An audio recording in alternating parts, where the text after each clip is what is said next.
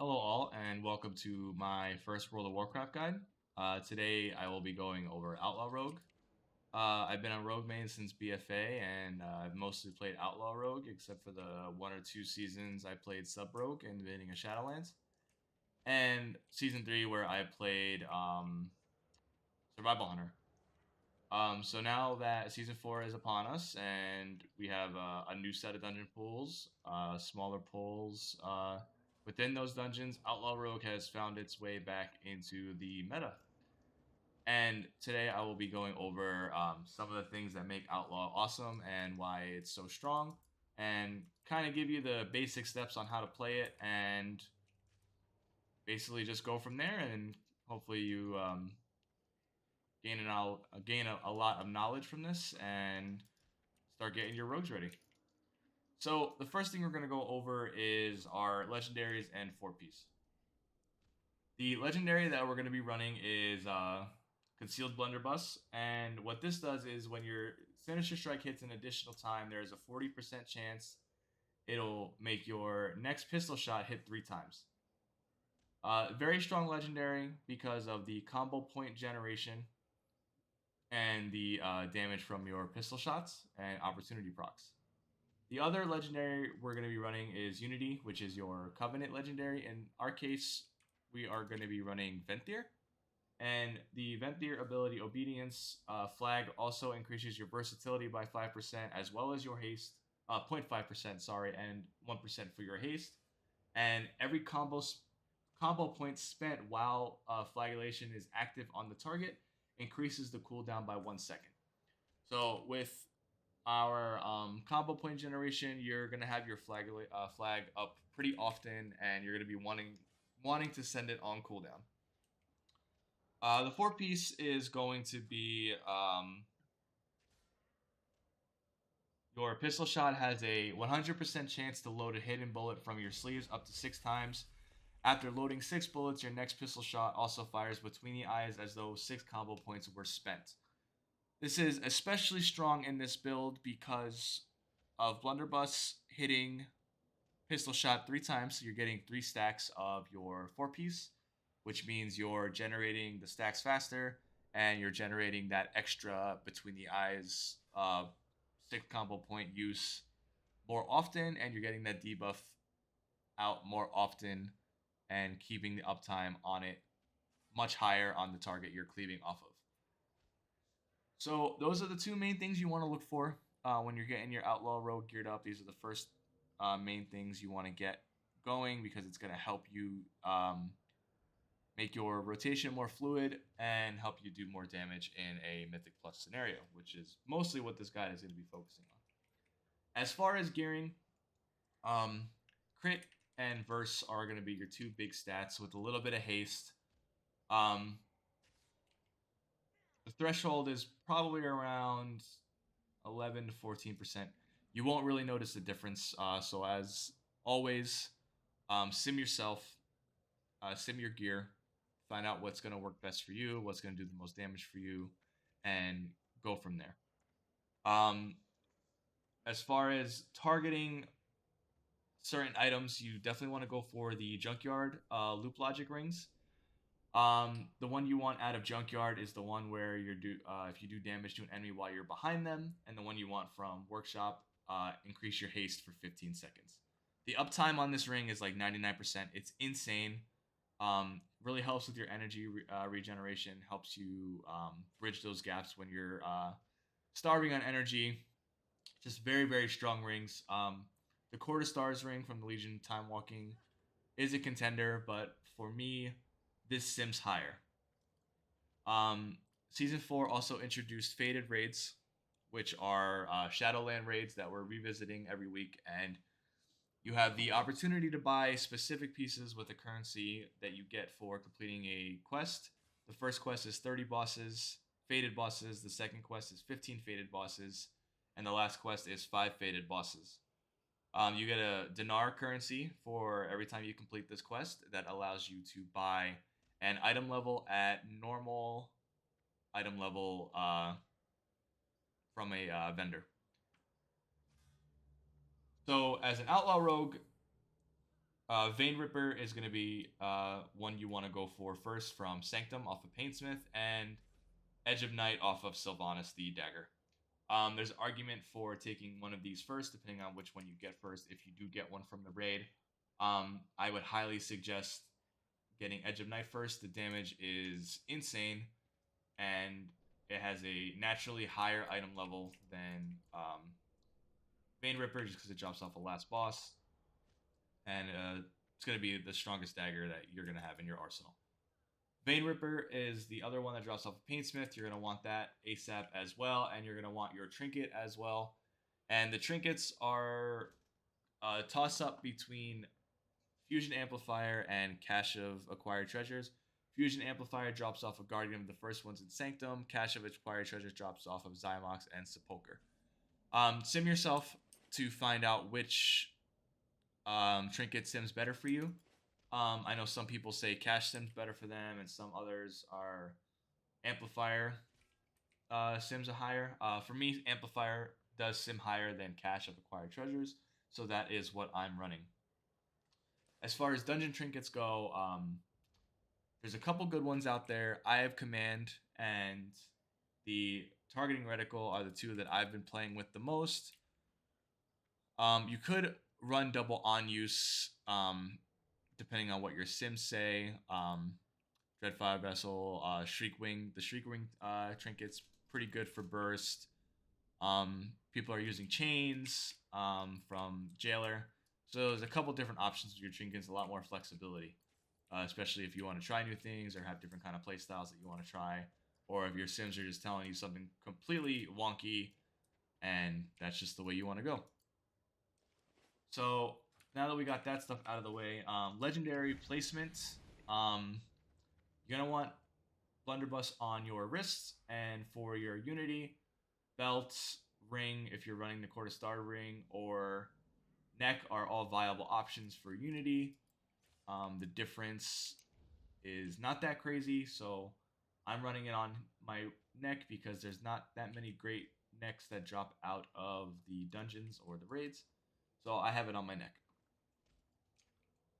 So the next thing we want to go over are the Covenant Soulbinds and the Covenant you'll be running. So we'll be running Venthyr, and we'll be running Theotar, the Mad Duke. So the first potency conduit we're going to be running is Count the Odds. This gives you 33% chance when you use Ambush or Dispatch to give you a Roll the Bones buff that you do not have active already.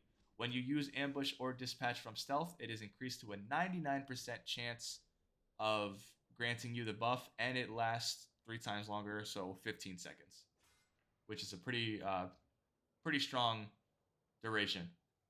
Next potency conduit is going to be Lashing Scars. That's going to give you 4 additional stacks of your flag when you use it on use, and it's going to cause your flag to do 110% increased damage. So you're stacking up your flag higher and you're doing more damage. So it's overall a very strong conduit for the Venthyr ability. Triple Thet is the last conduit that we're going to be taking. Sinister Strike has a 21% chance to strike with both weapons after it strikes an additional time. This is good because we want our Blunderbuss proc to proc more often, and we're going to be Sinister Striking a lot. So it synergizes well with the build. It's going to do a lot more damage. It's going to give you more procs, and it's just an overall very, very strong conduit. As far as the finesse and endurance conduits, personal preference, you can check Raider.io or Subcreation or any other websites that are out there for Mythic Plus information. See what other rogues are using. I like to run Rush Step because there are times when you're energy starved and you need to get interrupts out. Recuperator is nice because you're passively healing when your slices dice is up. It helps with your survivability. Also helps your healer out. And Energy and Faint Crimson Vial energy costs are reduced. I use Faint a lot in hierarchies, so this is a very, very good conduit and really helps you make sure that you have those extra defenses up for when you need them. Next, we're going to go into talents. So the talent rows here, this is basically what you're going to be running when you're running Blunderbuss and Venthyr. So in the first row, we have Weapon Master. Sinister Strike has a 10% increased chance to strike an additional time. That extra Sinister Strike has a chance to proc your Blunderbuss legendary. So that is why we take Weapon Master. Acrobatic Strikes. This is probably the coolest and strongest talent in the Outlaw Rogue arsenal. Increases range on all your melee attacks by 3 yards. You're able to stand further away out of melee from your target, keeping yourself safe, giving other melee more room to work. Just a very, very strong and cool talent. Kind of gives Outlaw Rogue a little bit of character, a little something that other melee specs don't quite have. So very, very strong talent. Deeper Strat is what you're going to be running in your third row. Deeper Strat is nice because it gives you a 6 combo point, and when you finish, you're going to do 5% increased damage from your finishers. Also gives you an extra combo point cushion because you're going to be proccing a lot, and you're going to be getting 3 combo points a lot from your Blunderbuss, so it's going to help you from overcapping on your combo points. Cheat Death is a must if you're running Mythic Plus or any kind of Mythic progression. This ability saves your life if you're going to get killed by a mechanic, and then you take 85% reduced damage afterwards to kind of make sure that you stay alive. Very, very strong talent. Once you get into higher keys, abilities that normally wouldn't one-shot you are going to one-shot you. So it's nice to have this fallback plan and to help keep yourself alive, help your healer not waste a B-res, things like that. The third row, I run Dirty Tricks. Same reason why I run the Conduit Rush Step.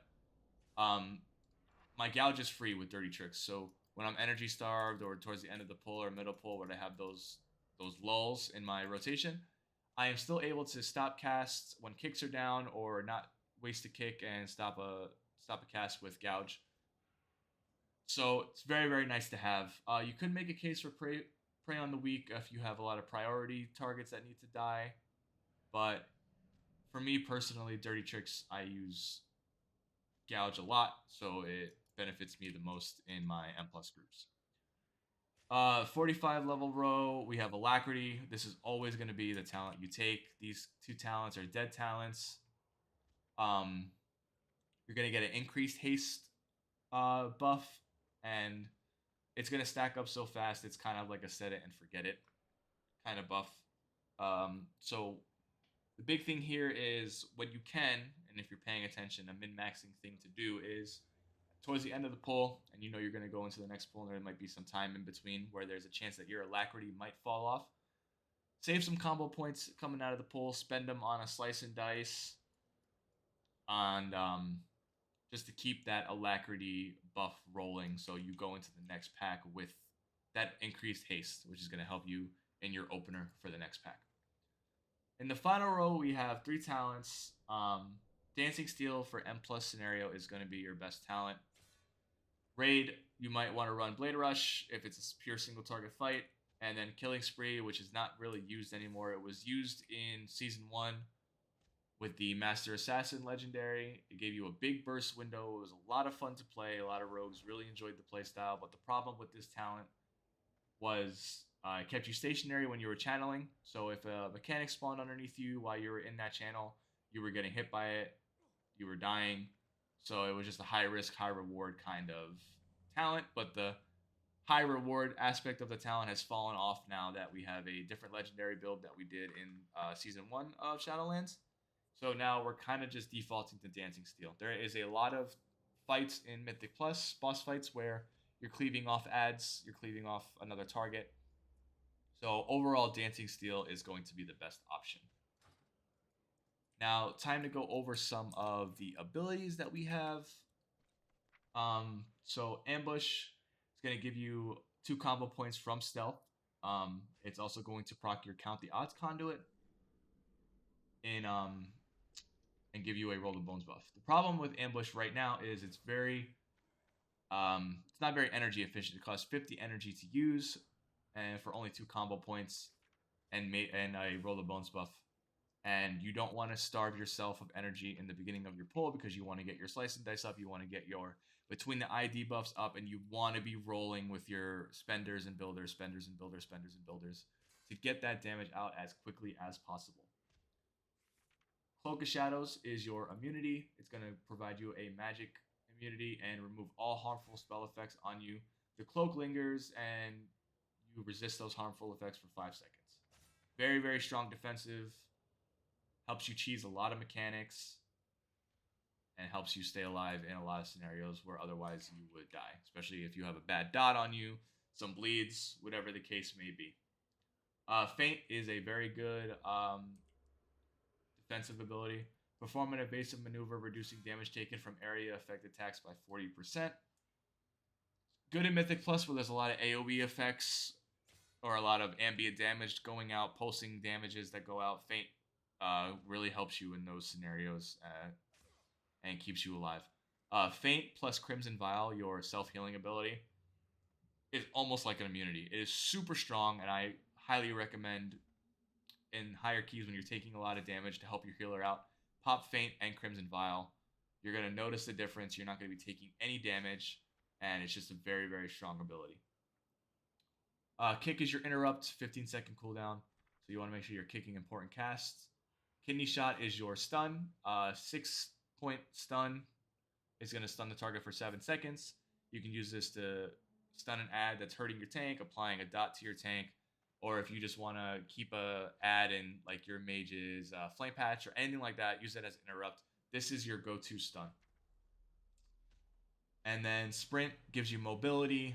Slice and Dice is going to be a finishing move that consumes combo points. And it's going to increase your attack speed by 50%. So you always want to keep this up close to 100% uptime in combat because this ability is going to help with your energy regen. You're going to get more auto attacks off. You're going to get more main gouge procs off. You're going to get more pistol shot procs off. So just a maintenance spell that you want to keep up that's going to help you do way more damage. Vanish puts you into stealth, and for the first 3 seconds, your damage and harmful effects won't break the stealth, and there's some targeted abilities that you can stealth out of, and they drop the ability completely, or they'll target someone else if you're in a pinch and you cannot take the ability and someone else can. Tricks of the Trade, this is your misdirect. You use this on your tank when you're going into combat to make sure that you don't pull any aggro off the tank, and any kind of aggro that you generate gets redirected and you're not getting meleeed by packs when you walk in. Shiv is an ability you use when you're extremely energy starved, or you need to soothe a target. I mostly use it for soothing targets, and it awards 1 combo point. Now, getting into some of your builders and spenders, Sinister Strike is going to be your main builder, and it has a chance to hit an additional time, and we went over that with your Weapon Master, Blunderbuss, Triple Threat procs. So this is going to be your main builder. Then you have Pistol Shot, which is your other builder, and you have something called Opportunity procs. Opportunity procs are going to increase the damage you deal with your Pistol Shot and make it cost no energy. So the idea here is normally when you're running a quick draw build, which is normally what you run, but because we're running Blunderbuss, we're not. You're going to send these opportunity procs on cooldown, but with the way this build works, you want to Sinister Strike more. So the only times you ever use your opportunity procs are with a Blunderbuss proc. You're below 70 energy, or it's going to put you at max combo points. Other than that, you're holding your pistol shots, and you're Sinister Striking as much as you can. Between the Eyes, that's going to be a spender. That's going to put a debuff on your target, and it's going to, when you attack that target, you have a 20% increase of crit chance. So you want to make sure that you're cleaving off that target for the extra crit chance, so you're doing more damage and you're getting more crits off from your abilities. Dispatch is your other finisher. This is going to be your go-to finisher. It's going to do crazy damage. You want to use it as much as possible. And that's going to be what you're using when you're not refreshing your Between the Eyes and you're not refreshing your Slice and Dice. Adrenaline Rush is your main cooldown. That's going to give you increased energy regen, and your maximum energy is going to increase by 50, and your attack speed is going to be increased by 20% for 20 seconds. So, with the way the Outlaw Rogue works, you kind of have a lot of buffs of that stuff already, so it's just a little extra icing on the cake. Fairly strong ability, but something you're not lining up cooldowns for, something you're just using on cooldown. Grappling Hook is your get out of bad button, or move closer into bad button, depending on how you want to use it. But it's just basically just a little grappling hook.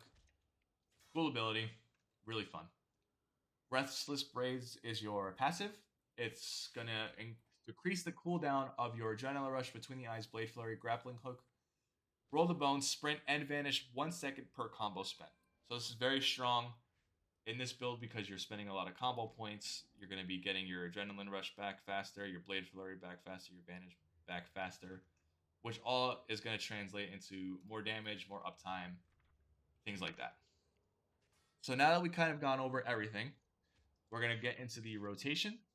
And the rotation, I'm going to go into it very slow, just so we can kind of see what we're working on, what we're trying to accomplish with the build. So I'm going to apply my poisons here. I'm going to go into stealth. I have an ability tracker right here so you guys can kind of follow along. I'm going to roll the bones. I'm going to ambush, slice and dice, adrenaline rush, blade flurry, build to max combo points. I'm going to use my flagellation, between the eyes, and I'm going to get into my building and spending. Now you can see I'm consistently over 70% energy, so I'm not using my opportunity procs. I have a blunderbuss proc. I'm going to use it. My Between the Eyes is going to fall off, and my Slice Dice fell off, so I'm going to use Between the Eyes. I had a 4-piece proc, so I used my opportunity proc to reapply my Between the Eyes.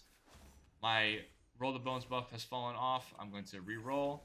Now I have combo points buff, so my ability is going to generate extra combo points. So now I can finish on 5 combo points. I don't have to finish on 6 because I don't want to overcap on combo points. I'm below 70 energy. I'm going to use an opportunity proc here. I'm going to use my Between the Eyes, get my debuff back on the target. Blade Flurry is about to fall off. I want to make sure that I reapply that at the very last second. And re-roll.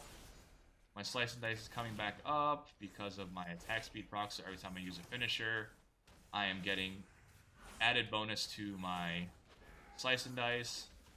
I'm going to use Flag here, Between the Eyes. Reroll this buff because I don't really want it.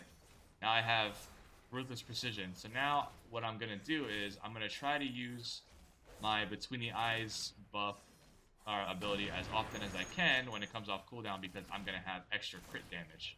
And it's going to do more damage than it would on a dispatch if I did crit. So that's kind of the gist of it and how you kind of want to play through your rotation. Making sure that you keep your Slice and Dice spinning, you keep your Blade Rush spinning, and you keep your Between the Eyes debuff on your main target that you're cleaving off of.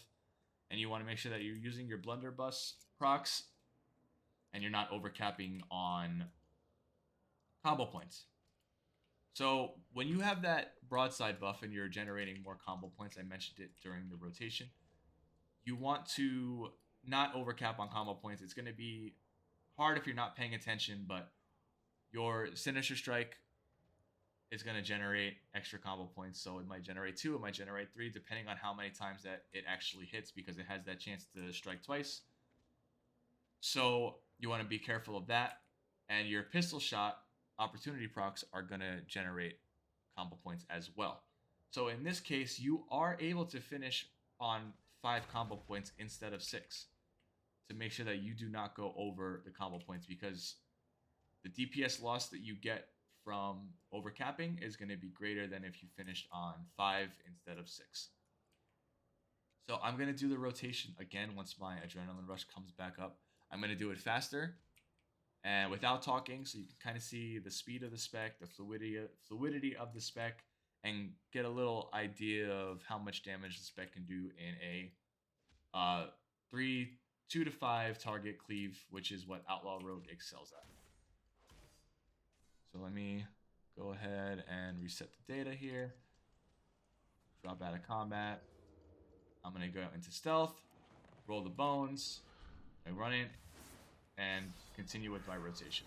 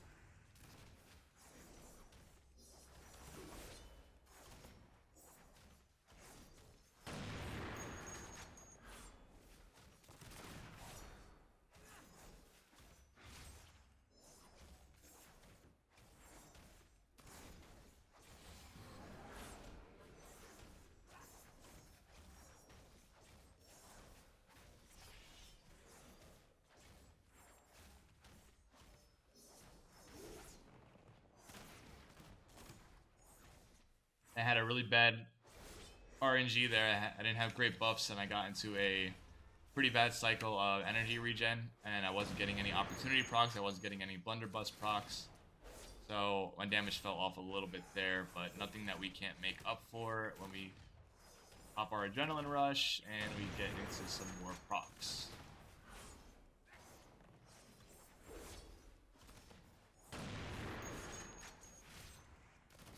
Big thing is just keeping everything up, keeping all your buffs up. Now that I have this broadside buff up, I'm 1 global and I'm at max combo points. 1 global, I'm max combo points. And this is kind of the cycle you kind of want to get yourself into, because the more combo points you generate, the quicker you can dispatch or use a finisher, and more damage you'll do in less globals. So